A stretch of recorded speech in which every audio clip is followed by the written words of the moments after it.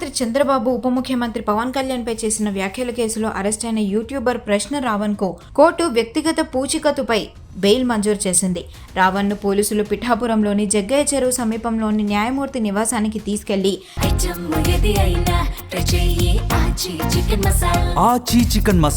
Magistrate ముందు హాజరుపరిచారు. సుమారు 2 గంటల పాటు ఇరు వర్గాల వాదనలు సాగాయి. నిందితుడి తరపున హైకోర్టు న్యాయవాది జడ్డ శ్రావణ్ వాదనలు వినిపించగా వాటిని పరిశీలించిన న్యాయమూర్తి వ్యక్తిగత పూచికతుపై బెయిల్ మంజూరు చేశారు. ఇదిలా ఉండగా రావణ్ అరెస్టు నేపథ్యంలో పిఠాపురం పోలీస్ స్టేషన్ వద్ద ఉద్రిక్త పరిస్థితులు నెలకొన్నాయి. రావణ్ను తమకు అప్పగించాలని డిమాండ్ చేస్తూ పెద్ద సంఖ్యలో జనసేన కార్యకర్తలు పోలీస్ స్టేషన్ను చుట్టుముట్టారు.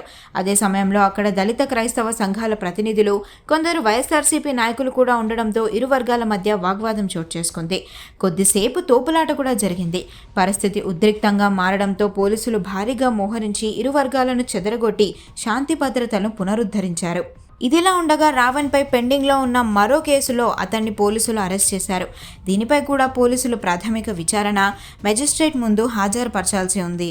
హాఫ్ కోర్టు అని మాట్లాడినప్పుడు లేని పోలీసు, తీసేసిన మెజిస్ట్రేటు అని మాట్లాడినప్పుడు లేని చట్టం, ఢిల్లీ పుట్టు అని బాడీ షేమింగ్ చేసినప్పుడు లేని న్యాయం, 2 చెక్కల దేవుడు 3 మేకుల దేవుడు అని యావత్ ప్రపంచంలో 500 కోట్ల మంది పూజించే జీసస్ క్రైస్ట్ని మాట్లాడినప్పుడు లేని ధర్మం, రాజ్యాంగం. ఈరోజు ఉప ముఖ్యమంత్రి పవన్ కళ్యాణ్ అనేటువంటి ఒక వ్యక్తి సింపుల్గా ఒక మాట అన్నాడు అని మాట్లాడిన రిఫరెన్స్ కోసం ఈరోజు ప్రశ్న రావణ్ని తీసుకొచ్చి అరెస్ట్ చేశారు. ఇది టైం కొట్టారు, తీసుకున్నాం, మాకో టైం వస్తుంది, కొడతాం. ఇది మీరు రాసి పెట్టుకోండి. రాబోయే కాలంలో ఇదే గతి ఈ పాలకులకు పట్టబోతుంది.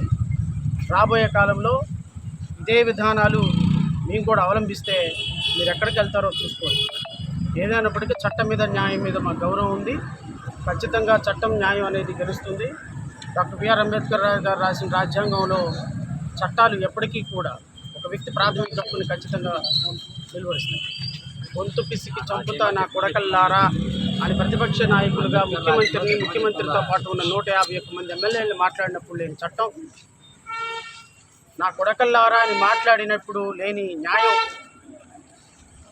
ఒక్కొక్క నా కొడుకుని మక్కిలు ఎరగొడతానని చేసినటువంటి మాటలు ఉప ముఖ్యమంత్రి అయిన తర్వాత ఒక్కొక్కడికి యోగి ఆదిత్యనాథ్ ట్రీట్మెంట్ ఉంటుంది. కాళ్ళకి కాళ్ళు, కీళ్ళకి కీళ్ళు ఎరగొట్టి అరచేతిలో రేఖలు మార్చేస్తానని గౌరవ ఉప ముఖ్యమంత్రి గారు చేసినప్పుడు మాటలు మాట్లాడినప్పుడు లేని చట్టం, న్యాయం, ధర్మం.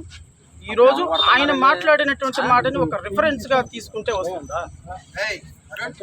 ఒక చట్టం వస్తుందా? ఒక చిన్న మాట అన్నందుకు ఈరోజు అరెస్ట్ చేసి ప్రశ్నించే గొంతుని లోపల పెడతారు. ఎక్కడికి వెళ్తారు?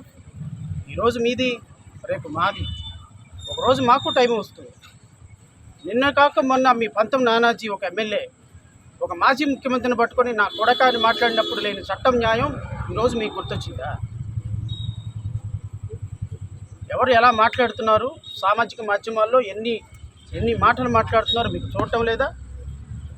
ఈరోజు రఘురామకృష్ణరాజు ఒక హానరబుల్ డిప్యూటీ స్పీకర్ పదవిలో కూర్చొని తీసేసిన మెజిస్ట్రేటు, హాఫ్ కోర్టు, ఢిల్లీ పుట్టు అని మాట్లాడినప్పుడు ఏమైపోయింది ఆ గౌరవం? మాటకు మాట అన్నాం, మేము కూడా అన్నాం. గౌరవ ఉప ముఖ్యమంత్రి గారు పవన్ కళ్యాణ్ గారు, నేను 3 సంవత్సరాలు నన్ను వేధిస్తే, వెంటాడితే నా కొడకల్లారా అని అన్నాను. నేను 151 మంది ఎమ్మెల్యేలని ఒక ముఖ్యమంత్రిని పట్టుకొని వైసీపీ నా కొడకల్లారా అని చెప్పు చూపించాడే. ఆ చెప్పు చూపించిన విధానం మాకు వర్తించదా? నేను డబ్బులు తీసుకున్నాను వైసీపీ దగ్గర అని అధికారికంగా ఒక లెటర్ హ్యాడ్ రిలీజ్ చేశారే వైసీపీ జనసేన కార్యకర్తలు.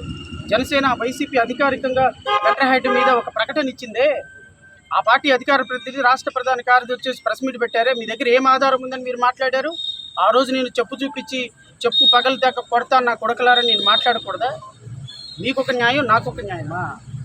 మీ సోషల్ మీడియాకు ఒక న్యాయం, రావణకు ఒక న్యాయమా? రఘురామకృష్ణరాజుకు ఒక న్యాయం, నాకు ఒక న్యాయమా? రఘురామకృష్ణరాజు రాజ్యాంగబద్ధ పదవిలో కూర్చొని ఇష్టం వచ్చినట్టు లిల్లీ పుట్టు, ఒక రాజ్యాంగబద్ధ పదవిలో కూర్చున్న వ్యక్తి ఒక వ్యక్తిని పట్టుకుని లిల్లీ పుట్టు అనొచ్చా? అది బాడీ షేమింగ్ కాదా? నువ్వు నన్ను లిల్లీ పుట్టాను, నేను కోస్తే 3 రోజులకు సరిపోతావు, దున్నపోతా అన్నాను, లేకపోతే పంది అన్నాను, తప్పేముంది? నువ్వు నన్ను లిల్లీ పుట్టు అంటే నేను అననా? నీకు వయసు ఎంత, నా వయసు ఎంత? ఒక గౌరవప్రదమైన హోదాలో కూర్చున్న నీవు మాట అదుపు తప్పితే మా మాట కూడా అదుపు తప్పుతుంది. నువ్వు జీసస్ క్రైస్ట్ని 3 మేకల దేవుడు 2 చెక్కల దేవుడు అని పదే పదే అవమానిస్తుంటే అలా మాట్లాడితే ఇంకోసారి నాలుక కోస్తానన్నా. దళిత క్రైస్తవుల మీద మాట్లాడితే నాలుక కోస్తానన్నా. What is wrong?